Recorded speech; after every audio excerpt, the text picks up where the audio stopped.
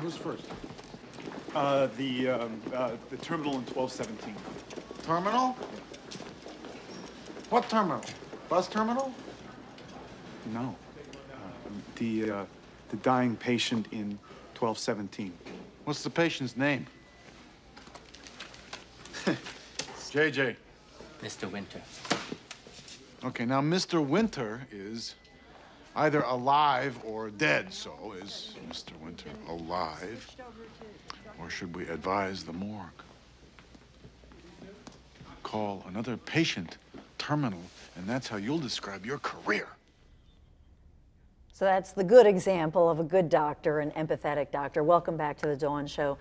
Dr. Mohammadrezqa Hojat and Jesse Edwards, fourth-year medical student, back with us, talking about the importance of and the proven success of doctors who are more empathetic.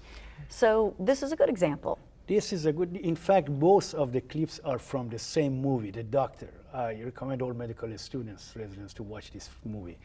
And at the beginning, Dr. McGee, who is a heart surgeon in this movie, it shows Dr. McGee as an arrogant patient, but he got this throat cancer treated in his own hospital, and then experience all these going through the administration and medical tests and all those things, change his behavior drastically.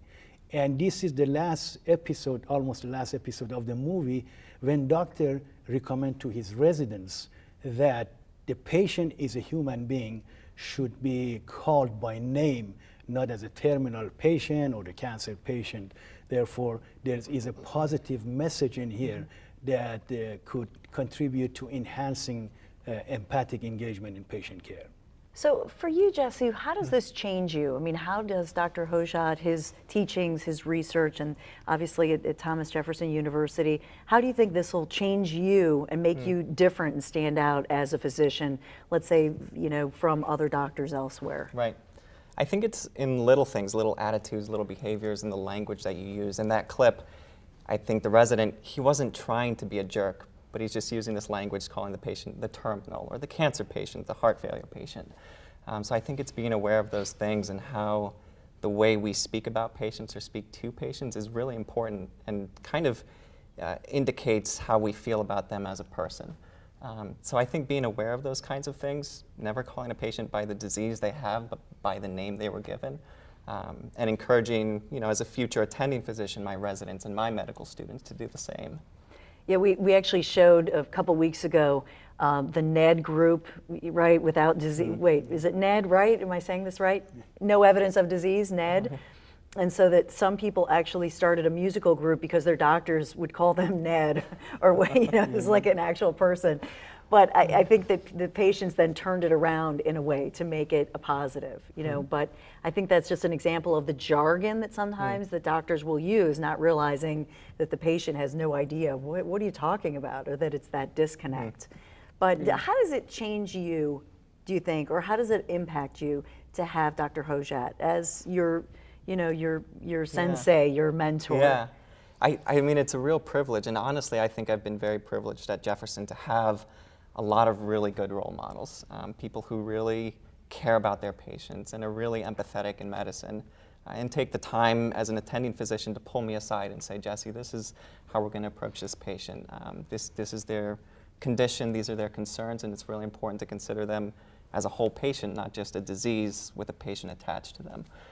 So I think that kind of mentorship is really a privilege, and I think it makes a big difference because just like empathy, I think the lack of empathy can be a learned behavior, and the role models that we have really impress upon us the kind of attitude that we take forward. And I think if you see this, in other words, these are little, you know, little bubbles where we see that this man is coming in, being wheeled in, but he's dreading this appointment.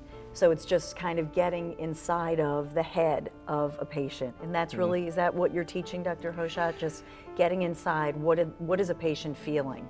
The major goal is to enhance physicians or medical students' understanding of patients' concern. So these are the instrument or the method we use. One of them is showing movie clips. There are some other techniques in order to enhance this understanding. Fortunately, at Jefferson, we have developed a scale which is well known, Jefferson Scale of Empathy, and is being used in different countries, has been translated into 42, 43 languages by now. We can assess the effectiveness of our programs to show whether this particular workshop, this particular program could really enhance the score of students or residents on this Jefferson measure of scale of empathy. And we have shown that these kind of programs are effective, but they could not last for a long time. That's the problem. Oh, that's and interesting. in order to sustain this empathic attitudes or skills, we have to reinforce Okay.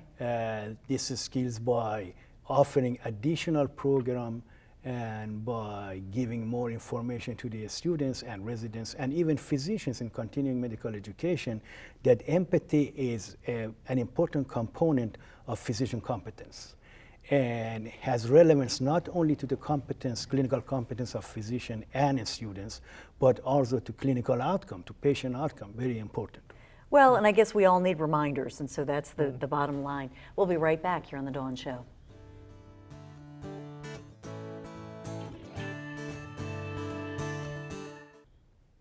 So what do you do if you have that bad doctor or your mom or dad, you're in the hospital? I'll ask you quickly, Dr. Hojat and Jesse, what do you do? I mean, what do you say?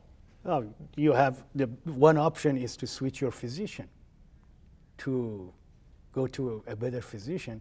And I would say you have the option even to remind your doctor why you did not like the way he or she treated you. Okay, so it's the old Donald Trump, you're fired if you can't be a better doctor, is that it? Tell the physician to take a workshop on empathic enhancement in patient care. All right, tell them to go see Dr. Hojat. Thank you so much, and to the student, Dr. Edwards, thank you so Dan. much. Thank you Thank you very much. Have a good one. Be safe today.